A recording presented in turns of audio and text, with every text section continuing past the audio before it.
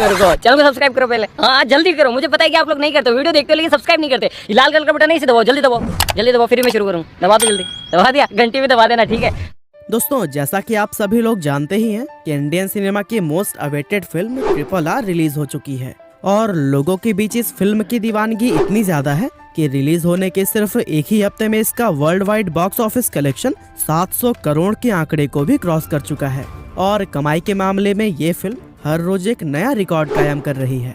हालांकि 3 चीजें जो इस फिल्म को सबसे ज्यादा खास बनाती है वो है SS राजामौली की डायरेक्शन, जबरदस्त स्टार कास्ट और फिल्म की लाजवाब स्टोरी जो कि रियल लाइफ कैरेक्टर पर बेस्ड है। दरअसल इस फिल्म में NTR जूनियर और रामचरण ने 2 रियल फ्रीडम फाइटर्स का किरदार निभाया है और आज के इस वीडियो में हम आपको RRR की इसी रियल कैरेक्टर के बारे में ही बताने वाले हैं। तो फिर चलिए अब इस इंटरेस्टिंग वीडियो को हम शुरू करते हैं।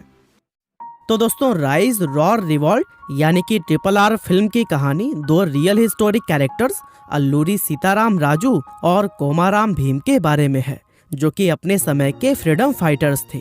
फिल्म में अल्लूरी सीताराम राजू का किरदार रामचरण ने और कोमाराम भीम का किरदार जूनियर NTR ने निभाया है। तो फिर चलिए एक एक करके जानते हैं कि ये दोनों कौन थे और इनकी रियल स्टोरी क्या है। अल्लूरी सीताराम राजू। दोस्तों, अल्लूरी ब्रिटिश इंडिया के मद्रास प्रेसिडेंसी से ताल्लुक रखते थे और उनकी ये कहानी साल 1982 में उस समय शुरू होती है जब ब्रिटिश राज ने मद्रास फॉरेस्ट एक्ट को लागू किया था। इस एक्ट के तहत वहाँ के लोकल आदिवासी लोगों के जंगल में जाने पर पूरी तरह से बैन लगा दिया गया था। दरअसल ये आदिवासी लोग खेती करने के लिए जमीन का इंतजाम हर साल जंगल के अलग अलग हिस्सों को जलाकर किया करते थे और खेती करने के इस ट्रेडिशनल तरीके को पोडू कहा जाता था। लेकिन जब ये जंगल ब्रिटिश गवर्नमेंट के हाथों में आए तो फिर उन्होंने इसका इस्तेमाल कॉमर्शियल पर्पस के लिए करना शुरू कर दिया। अब दोस्तों, जब अंग्रेजों को लगा कि आदिवासी लोग जंगलों को जलाकर उसका नुकसान कर रहे हैं, इसीलिए उन्होंने आदिवासियों को जंगल से दूर रखने के लिए 1882 में मद्रास फॉरेस्ट एक्ट को पास करवा लिया। और दोस्तों, इसी एक्ट के पास होने के 15 साल बाद 4 जुलाई 1897 के दिन मद्रास प्रेसिडेंसी के मोगल्लू गांव में अल्लूरी सीताराम राजू का जन्म हुआ था। इनके पिता वेंकटराम राजू एक प्रोफेशनल फोटोग्राफर और माँ एक हाउसवाइफ थी। अब ब्रिटिश सरकार के द्वारा पास किए गए मद्रास फॉरेस्ट एक्ट की वजह से वहाँ के लोकल आदिवासी लोगों में गुस्सा तो था, लेकिन उस समय उनके हालात इतने ज्यादा खराब थे कि वे चाह कर भी कुछ नहीं कर पाए। सीताराम राजू अपने माता पिता से अंग्रेजों के जुल्म की इसी कहानी को सुनते हुए ही बड़े हुए थे और इसी के चलते उनके अंदर बहुत छोटी उम्र से ही अंग्रेजों के खिलाफ लड़ने की भावना पैदा हो गई। अब सीताराम राजू की उम्र जब 25 साल हुई तो उन्होंने कुछ लोगों को अपने साथ जोड़कर ब्रिटिश राज के खिलाफ विद्रोह छेड़ दिया, जिसे कि रामपा विद्रोह नाम दिया गया था। इस लड़ाई के लिए जब उन्हें हथियारों की जरूरत पड़ती थी तो फिर वे और उनकी टीम अंग्रेजों के पुलिस स्टेशन पर छापा मारकर उनके हथियार लूट लेते थे। दरअसल वे अंग्रेजों पर हमला करके उन्हें पूर्वी घाट से खदेड़ना चाहते थे और इस लड़ाई के दौरान सीताराम राजू ने बहुत सारे बड़े बड़े पुलिस स्टेशन पर छापा मारे थे और हर बार छापा मारने के बाद से वो पुलिस स्टेशन में एक लेटर छोड़ जाते थे जिसमें कि लूटे हुए हथियारों का पूरा हिसाब किताब लिखा होता था। साथ ही उस लेटर में यह भी लिखा होता था कि अगर उन पुलिस वालों में दम है तो वे उन्हें रोक कर दिखाएं। अब ब्रिटिश पुलिस जब भी अपनी किसी टीम को उन्हें पकड़ने के लिए भेजती थी तो फिर सीताराम राजू और उनके साथी उन पुलिस वालों को मौत के घाट उतार देते। ब्रिटिश फोर्स और सीताराम राजू के बीच में यह लड़ाई करीब 2 साल तक चलती रही, लेकिन आखिरकार 7 मई 1924 के दिन चिंतपल्ली के जंगलों में एक लड़ाई के दौरान ब्रिटिश फोर्स ने सीताराम राजू को घेर लिया। ब्रिटिश सरकार उनकी मौत के जरिए क्रांतिकारियों को यह मैसेज देना चाहती थी कि उनसे टकराने का अंजाम क्या होता है। इसीलिए उन्हें गिरफ्तार करके पास के ही एक गांव में लाया गया और फिर वहां पर उन्हें एक पेड़ से बांधकर लोगों के आंखों के सामने ही गोली मार दी गई। खैर, ये तो बात हुई इस फिल्म के एक किरदार यानी कि अल्लूरी सीताराम राजू की। चलिए अब हम फिल्म के दूसरे कैरेक्टर कोमाराम भीम की कहानी को जानते हैं। तो दोस्तों, कोमाराम भीम का जन्म 22 अक्टूबर 1900 के दिन तेलंगाना के संकल्पी गांव में रहने वाले गोंड जनजाति के एक परिवार में हुआ था। उस समय ब्रिटिश शासन में इस जनजाति के लोगों की हालत बहुत ही ज्यादा खराब थी, जिसके चलते कोमाराम भीम बचपन में कोई भी शिक्षा हासिल नहीं कर पाए।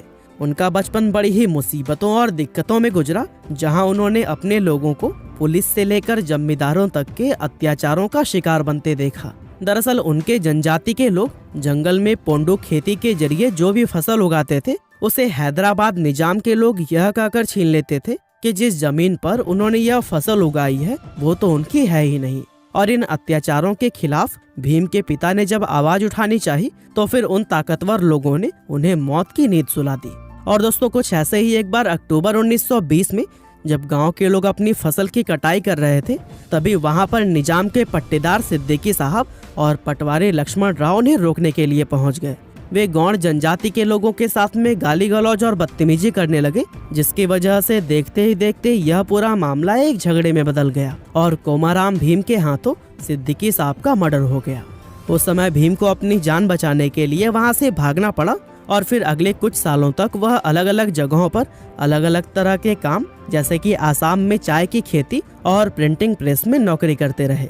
और फिर इसके बाद से जब यह मामला शांत हो गया तो फिर वे जोड़े घाट नाम के एक गांव में शिफ्ट हो गए और इस गांव में उन्होंने आदिवासियों को इकट्ठा किया और अपने ऊपर सदियों से हो रहे अत्याचारों के खिलाफ आवाज उठाने के लिए कहा। और दोस्तों इस तरह से भीम ने काफी सारे आदिवासी लोगों को अपने साथ जोड़कर हैदराबाद के निजाम और ब्रिटिश राज के खिलाफ विद्रोह शुरू कर दिया और यह विद्रोह 1928 से 1940 तक चला।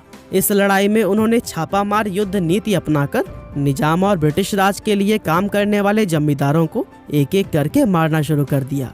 अब जब निजाम को लगा कि भीम की लीडरशिप में यह विद्रोह और भी ज्यादा बढ़ सकता है तो उससे निगोशिएट करने के लिए भीम के सामने यह ऑफर रखा गया कि वो सभी किसानों और आदिवासियों को उनकी जमीन का पट्टा वापस कर देगा और साथ ही खेती करने के लिए भीम को जमीन भी देगा।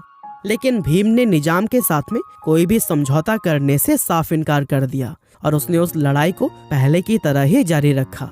यह लड़ाई अगले 12 सालों तक इसी तरह से चलती रही और अब भीम निजाम के लिए एक बहुत बड़ा सरदर्द बन चुका था। इसीलिए निजाम ने भीम से छुटकारा पाने के लिए करीब 300 सिपाहियों को जोड़े घाट भेजकर उनकी गुरिल्ला आर्मी पर हमला करवा दिया। और दोस्तों इस तरह से आखिरकार निजाम के इन सिपाहियों से लड़ते हुए भीम और उनके सभी साथी सितंबर 1940 में शहीद हो गए। तो यह थी अल्लूरी सीताराम राजू और कोमाराम भीम के फ्रीडम स्ट्रगल की रियल कहानी। लेकिन राजामौली ने RRR फिल्म में इन फ्रीडम फाइटर्स के रियल स्टोरी को नहीं दिखाया है, बल्कि उन्होंने अपनी इस फिल्म के लिए सिर्फ इन कैरेक्टर्स का ही इस्तेमाल किया, जबकि फिल्म में जो कहानी दिखाई गई है वो पूरी तरह से फिक्शनल है। दरअसल SS राजामौली को अल्लूरी सीताराम राजू और कोमाराम भीम की पूरी कहानी पहले से ही पता थी और वे इन दोनों ही कैरेक्टर्स से काफी ज्यादा इम्प्रेस भी थे। साथ ही उन्होंने जब इन दोनों कैरेक्टर्स पर थोड़ी गहराई से रिसर्च की तो फिर उन्हें इनमें काफी सारी सिमिलरिटीज भी नजर आईं।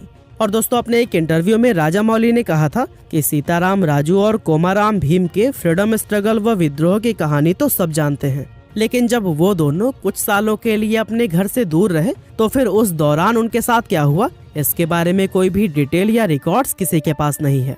अब ऐसे में राजामौली के दिमाग में यह ख्याल आया कि अगर उस पीरियड में इन दोनों की मुलाकात एक दूसरे से हो जाती तो क्या होता, और बस अपनी इसी कल्पना पर ही उन्होंने यह फिल्म बना डाली। बाकी दोस्तों हमारी आज की इस वीडियो में बस इतना ही। यह वीडियो आपको कैसी लगी हमें कमेंट करके जरूर बताइएगा।